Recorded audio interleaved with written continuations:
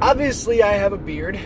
I have had a beard in pretty sure every single one of these videos, which amounts to right around 130 of them, by the way. So you're welcome for that just awesome amount of content that can fill your day with energy and enthusiasm and education.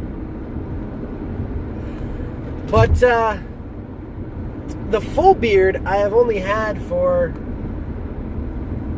well, I'd say about 3 years. Before that, I started growing facial hair right around my freshman year of college, sophomore year. That's when it started to actually come in any substantial matter. Before that, it was like this stringy, just spotty, splotchy stuff. Now it comes in and fills in relatively nicely. There's still some areas that it's a little thinner than others, but I'm working on it. Because I'm a man, and I gotta have facial hair to prove it. But, so being relatively new to the full beard community, I see guys with facial hair that I really, really like, and I see guys with facial hair that's really, really sad. And I hope that I'm closer to the first one there. I hope people don't look at me like, man, that's a really sad-looking beard. That guy should be ashamed and shave it off. Shameful shaving. That's funny.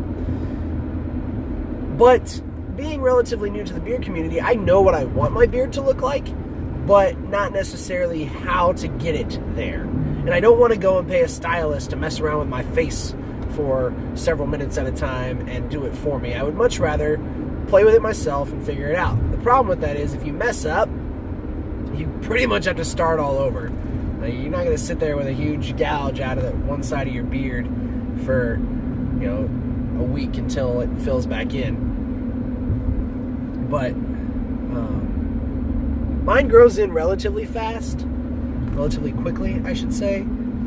I'm so tired of... at least he's using his turn signal. Good grief. Alright. Now I'm on track. I apologize. But, I don't know that I'll ever get rid of my facial hair completely. Again, I might play with the shape and maybe go, goatee or chin strap or something like that. But I'm not in high school anymore, so probably not. The full beard is kind of who I am. It's the way my face has looked for, like I said, about 3 years now. And part of me is concerned that if I shaved it off, my daughter wouldn't recognize me, because she's only ever known me to have a beard. Now, it's been at varying levels of thickness, that's for sure, but it's definitely been there. It's been present. So, it's one of those things, like, even if I shaved it off, it's going to come back. So it's one of those maintaining things again, where you have to keep up with it. You can't just let it go, or it's going to look disgusting. And I am in a semi-professional field, so I do feel a certain amount of obligation to keep my beard manageable and not just let it run wild. But I also don't want it to be to look like I spend too much time primping myself. It doesn't take me very long to shape and trim my beard the way that I like it when I actually do take care of it.